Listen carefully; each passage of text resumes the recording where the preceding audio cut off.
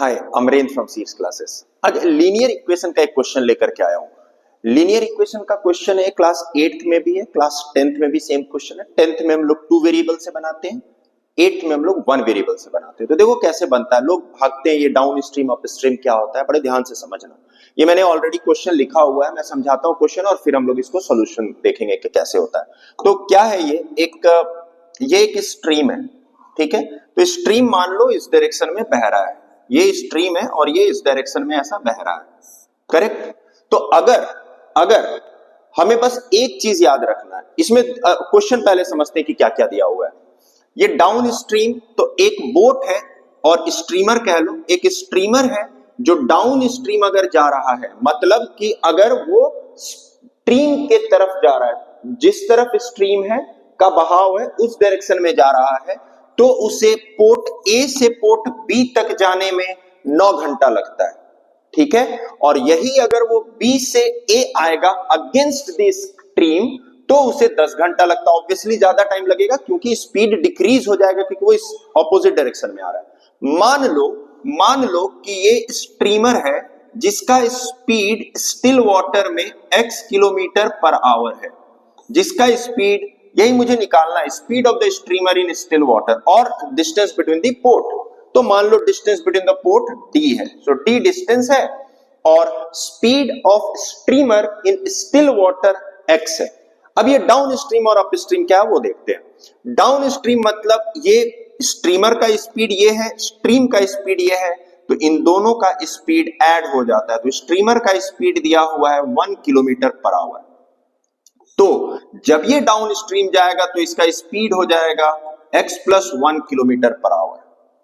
और जब ये अप स्ट्रीम आएगा, इस डायरेक्शन में आएगा, तो इसका स्पीड डिक्रीज हो जाएगा x - stream kilometre per our. तो तुम्हें सिर्फ ये याद रखना है कि अगर डाउन स्ट्रीम है तो स्पीड ऑफ स्ट्रीमर और स्पीड ऑफ स्ट्रीम ऐड होता है, और अगर अप स्ट्रीम है तो स्पीड ऑफ स्ट्रीमर और स्पीड ऑफ स्ट्रीम माइनस हो जाएगा। अब यहां पर भी एक गलती करते हैं लोग, 1 - x लिखे या x - x1 लिखे। हमेशा याद रखना स्ट्रीमर का स्पीड ज्यादा होगा स्ट्रीम से, तभी वो इस डायरेक्शन में आ पाएगा, तो स्ट्रीमर को पहले लिखेंगे, ठीक है। अब देखो इक्वेशन कितना सिंपल सा है। हम लोग एक क्या जानते हैं, स्पीड, डिस्टेंस और टाइम क्लास 6 से पढ़ते आ रहे हैं। Speed is equal to distance by time होता है, speed is equal to distance by time होता है, speed is equal to distance by time. तो डिस्टेंस क्या हो जाएगा, डिस्टेंस हो जाएगा स्पीड इनटू टाइम।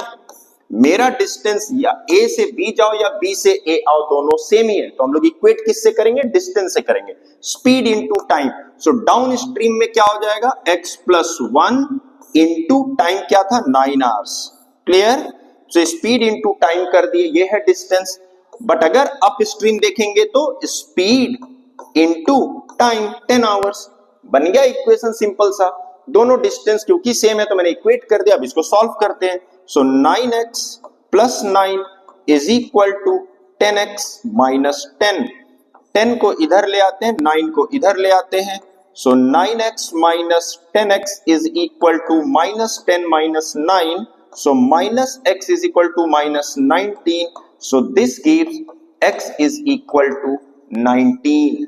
x क्या था, x था स्ट्रीमर का स्पीड इन स्टिल वाटर, तो मेरा स्पीड आ गया 19 kilometre per our. This the answer.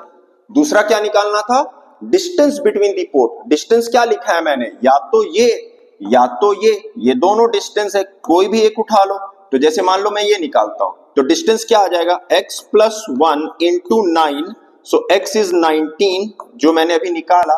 So 19 + 1 × 9, so this is 20 × 9, it means 180 kilometre. So this is the answer for distance. तो मेरा distance क्या आ गया, 180 किलोमीटर।